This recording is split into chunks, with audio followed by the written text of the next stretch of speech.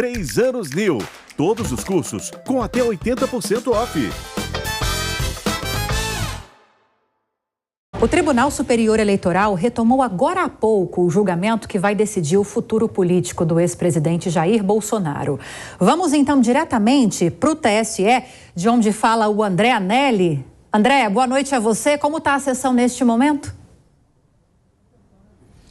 Oi, Lívia, boa noite para você, boa noite a todos ligados aqui no Jornal Jovem Pan. A sessão começou exatamente às 7h17 da noite, ou seja, há menos de uma hora, com a abertura dos trabalhos pelo presidente da Corte, ministro Alexandre de Moraes. O primeiro a votar é o ministro Benedito Gonçalves, que também é o relator do caso. Ele continua lendo o voto dele nesse momento, que tem 382 páginas. Para dar celeridade no procedimento, o ministro disse agora há pouco que está lendo uma versão resumida do voto. Isso porque Benedito Gonçalves já encaminhou a íntegra do texto aos demais ministros, que vão votar em seguida, só que provavelmente nas próximas sessões.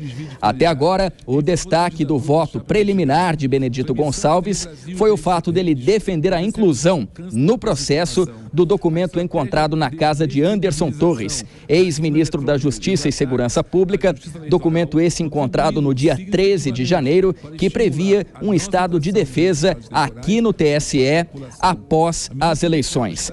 O ministro justificou que são fatos relacionados à ação. Após esse voto de Benedito Gonçalves, o próximo a votar é o ministro Raul Araújo. Ele tem sido a principal esperança do ex-presidente Jair Bolsonaro por um pedido de vistas, que pode paralisar o julgamento por até 60 dias. Outra expectativa de Bolsonaro é em relação ao ministro Nunes Marques, que também pode pedir vistas, mas é o penúltimo a votar, antes do presidente do TSE, Alexandre de Moraes. Lembrando que o julgamento teve início na semana passada, quando foi concluída a leitura do parecer do Ministério Público Eleitoral. Naquela ocasião, o vice-procurador-geral Paulo Gonet Branco defendeu a condenação e a inelegibilidade de Jair Bolsonaro. Na avaliação do Ministério Público Eleitoral, o ex-candidato a vice, general Braga Neto, deve ser poupado da mesma condenação por falta de provas da participação dele na reunião com embaixadores, que aconteceu no Palácio da Alvorada. A defesa de Bolsonaro alega que o encontro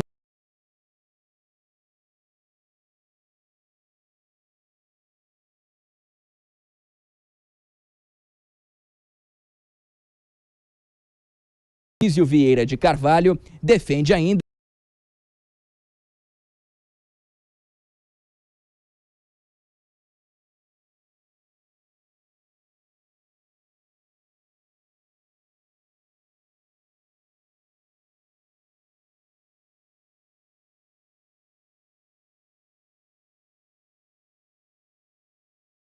Lívia. Obrigada, André Anelli.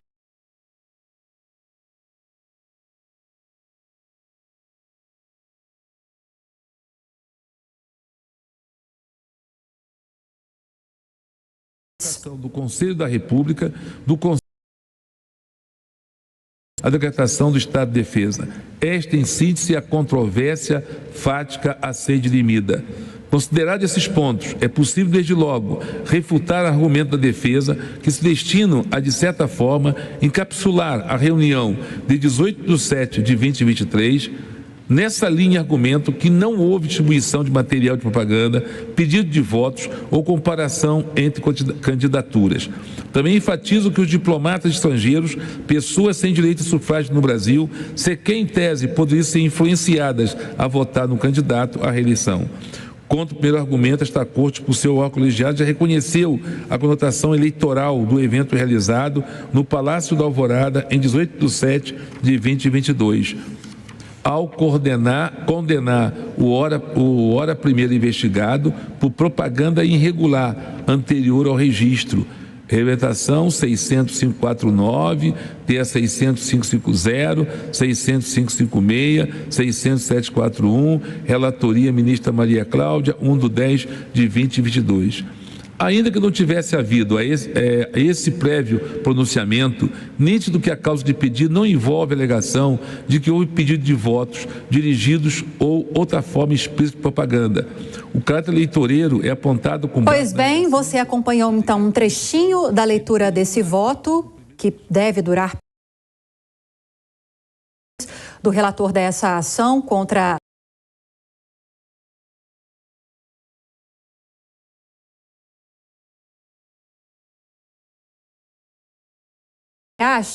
Kobayashi, boa noite a você. Então, há uma previsão, não é uma regra, do ministro Benedito Gonçalves, que faria com que a sessão, só com o voto dele, fosse para além das 11 horas da noite. Tem alguma regra nesse sentido? Por exemplo, há uma expectativa de que só ele vote hoje, só ele faça a leitura do voto e que a sessão tenha continuidade na próxima quinta-feira. Mas é uma previsão, não é uma regra, correto? Mas essa previsão deve ser seguida, viu, Lívia? Primeiro, muito boa noite a você, a Dora Kramer, que já está com a gente, a toda a nossa audiência do Jornal Jovem Pan.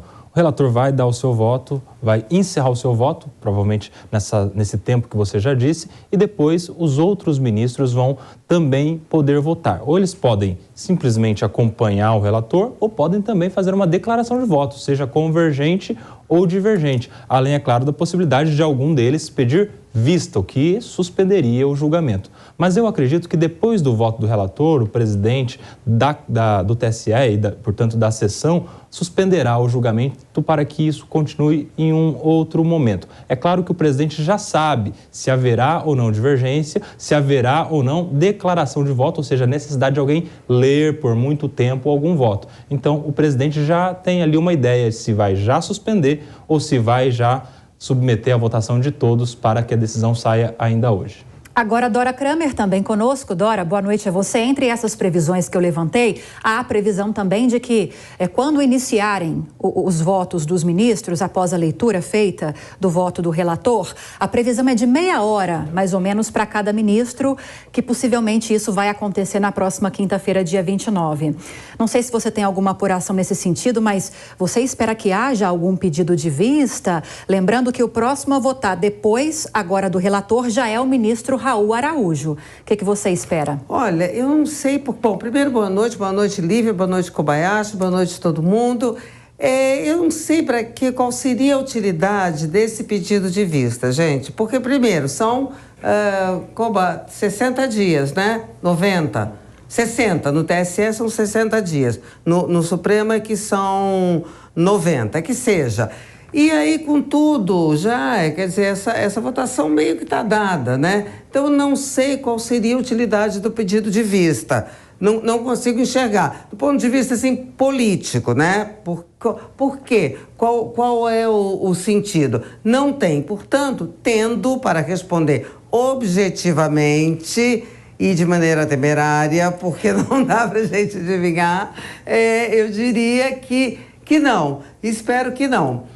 Mas essa história, que julgamento cujo resultado é tão falado e tão esperado? Já pensou se não der o que todo mundo espera?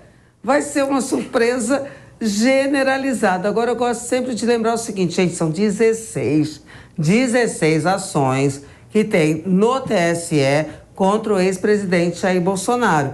Então, se ele se escapar dessa, tem outras 15 chances, ele tem que se desenrolar outras 15 vezes. De qualquer maneira, se der o que a gente está esperando, que é o tribunal torná-lo inelegível, vocês viram que eu escapulo da palavra cumprida, porque eu não consigo falar sem me atropelar. Se torná-lo inelegível, gente, o mundo da política que já está se movimentando, a partir desse resultado, vai mais do que se movimentar. Vai se organizar, e aí eu falo dos campos da direita e da esquerda, para ver como é que vai ser o cenário político sem Bolsonaro como candidato. Bem entendido, porque da política ele não sai.